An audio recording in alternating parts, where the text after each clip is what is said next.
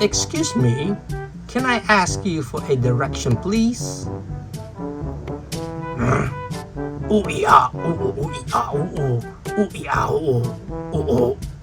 Oh my goodness, I'm terribly sorry, sir.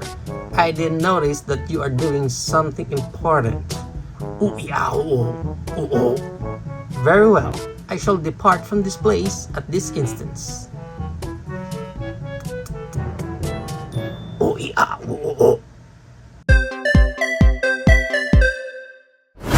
And here's the toy that we're going to review for today. This is the Planet of the Apes. Hindi ko alam yung specific name niya kasi walang nakalagay din dito sa packaging niya. But this one is from June Planning Co. Inc.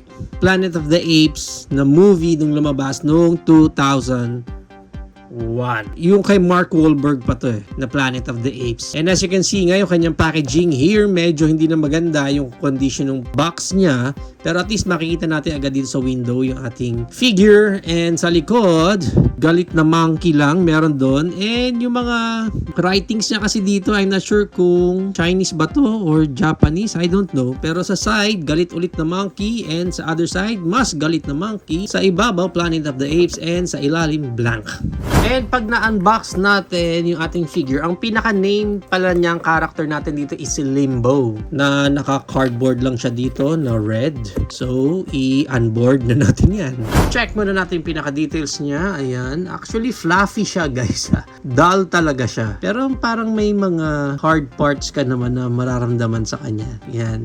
Diba? Ang ganda ng kanyang pajama. Sa likod, dyan ang pinaka-itsura niyan. Yan. Check pa natin. Close up. Yung kanyang face. Yan. Okay, goods. Yung balbas niya medyo tabingi lang. Pero goods naman. Yung pinaka-itsura niya dyan. Ang ganda nung pinaka-fur niya. Cool. Hanggang dito sa kanyang dibdib meron. Then yan pa. Sa hands niya. Yan. And may lagayan talaga siya ng pocket doon. Yan pa. Yung iba niyang details. Yan. Now let's check yung kanyang articulation. Sa head niya may up na ganyan and down na ganyan. And narorotate naman yan 360. Pero yung overall structure kasi dito is para siyang doll. Super doll yung pinaka main line ng figure natin dito. So more on parang doll-like talaga sila. So, yung pinaka inner frame nila is walang mga joints or any pegs kasi wired yung pinaka loob. So, even yung kamay niya, ayan, yung kanyang arms wide open, pwede niya maangat ng ganyan yan. So, even sa kanyang shoulder, ayan, pwede rin mabend kasi nga, raramdaman mo yung wire dun sa loob ng katawan nila. Even dito sa body niya, pwede siya mag-bend ng ganyan and mag-back ng ganyan. So, may wired eh. Even sa kanyang paa, ayan, yung Vandal split niya. O, diba? Wired lahat. So, pwede siya mag-high kick ng ganyan. Ang ganda. Pati yung back kick, walang problema sa articulation neto. Kasi nga, wala. Wired lahat eh. Even dito sa pinakapaa niya, ayan, pwede mo rin ma-up and down. Yun nga lang, siguro, pag ina-articulate mo siya, mas maganda, ma-bend mo dun sa right proportion naman nung body niya. Kasi ang hirap naman nung i-bend mo dito eh. Mumukhang pilay yung figure natin. Yan. So, talagang articulated lahat dito sa figure natin na to. Although, parang hindi pantay yung paa niya. Hindi ba pantay? Yan. Kaya medyo challenging tuloy yung pagtayo sa kanya. Kasi, hahanapin mo yung pinaka magandang posing niya. O yung right stance niya para lang makatayo siya ng ayos. Yan. O, diba? Pwede naman, pwede. Siguro isang malaking tanong dyan is kung pwede bang matanggal itong mga claws niya. So, hubaran natin siya. Try natin alisin itong mga to. Kabila. Ayan. So, natatanggal naman. Yan ang itsura niya. Mukha na siyang wrestler. Try din natin ito. Tanggalin. Naka-velcro lang itong sando niya.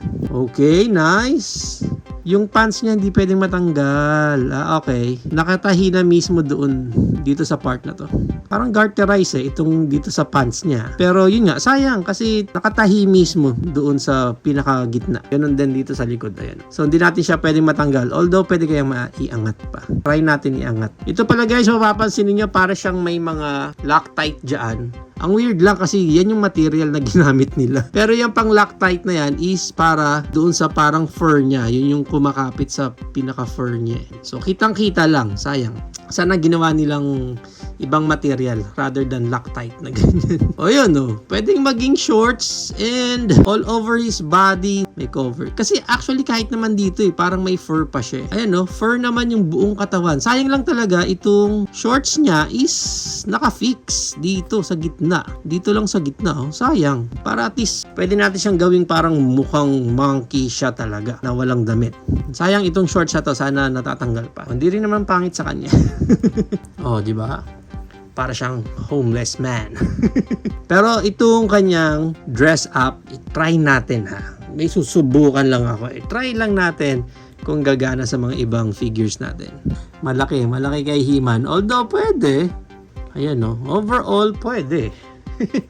Mukha lang malaki. Try natin yung sando naman niya, yung sando.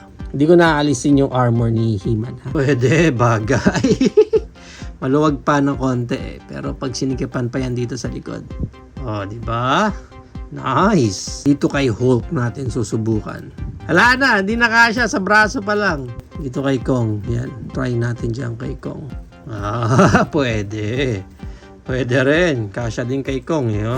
No, para sa height dito ni Limbo, 8.25 inches siya. Almost 8.5. Maganda niyan. I-compare na natin siya sa ating Masterverse, Viking He-Man. Ating Kong from Godzilla X Kong, New Empire. Dr. Ellie Sattler Hammond Collection. Optimus Prime from YOLO Park AMK series. Knockoff version, Marvel Legends Hulk. And ang ating MCF Doomsday. So, yan ang ating height comparison.